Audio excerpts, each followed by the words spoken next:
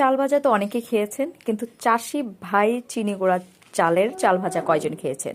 আমি রিচ, তাই আমি আজকে চাষি ভাই চিনি গুঁড়া চালের চাল ভাজা খেয়ে দেখব কেমন লাগে। সেম টেস্ট নাকি ডিফারেন্ট। এই যে আমি অনেকখানি চাল নিয়ে নিয়েছি, এর চেয়ে বেশি নিলে আমাকে বাসা থেকে বের করে দেবে। যাই হোক, এটা ভেজে দেখবো আজকে খেয়ে টেস্ট আসলে কেমন। চলেন ভেজে খেয়ে দেখি টেস্ট সেম নাকি ডিফারেন্ট। তো এখানে আমি একটু পানি নিয়েছি আর একটু লবণ নিয়েছি। আসলে বাসায় কেউ নাই, তাই এইরকম আজব আজব ট্রাই আমি করতে পারতেছি। পোলার চাইলে চাইল ভাজা দিত নি ভালো করে চাইল ভেজা খাওয়া। যাই হোক, এই যে এখন এটাকে 1 মিনিট রেখে দিব, রেখে দেন হচ্ছে ভাজবো। এই যে আমি চুলায় আগুন দিয়ে দিয়েছি আর একটা কড়াই বসিয়েছি। কড়াইটা অনেক সুন্দর না, একটু গরম হলে তারপরে চালগুলো দিয়ে দিব। তো কড়াইটা গরম হয়ে দিলে দিয়ে দিতে হবে চাল।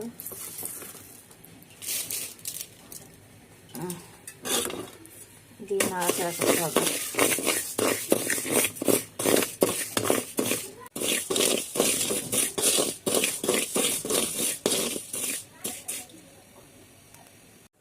অ্যান্ড এই যে তৈরি হয়ে গিয়েছে রিচ ফুড পোলার চালের চাল ভাজা। এখন আমি কম্বলের ভিতরে বসে বসে খাবো।